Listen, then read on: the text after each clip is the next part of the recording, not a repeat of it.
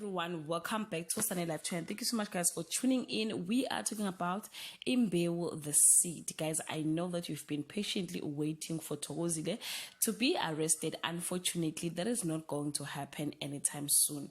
Ngcolosi will add 1+1 and found out the truth about her evil mom. He will be furious and plan to report her to the police, but her mother will talk him out of it. Not because Ngcolosi is a nice guy, but because he's got an alternative punishment.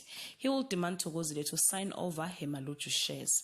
As they will be busy arguing and talking, as Thokozile will overhear the whole conversation and he will demand the truth from both of them.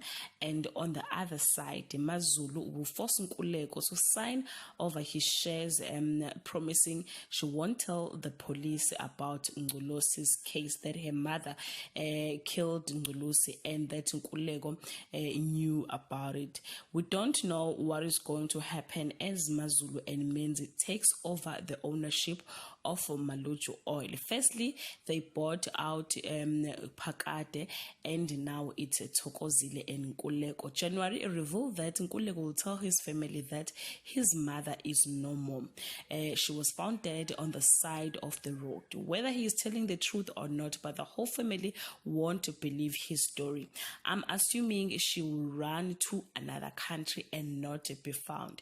The big question is, will she ever come back and face the consequences of her actions? Imbewu, guys, is moving from one problem to another. Maharaj is coming back just after Pranav and Zimele's death.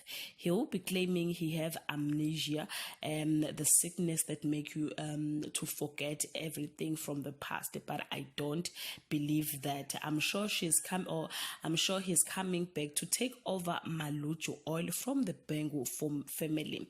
There is a lot of drama coming. Stay tuned and continue to watch Imbewu Monday to Friday at 9:30 p.m.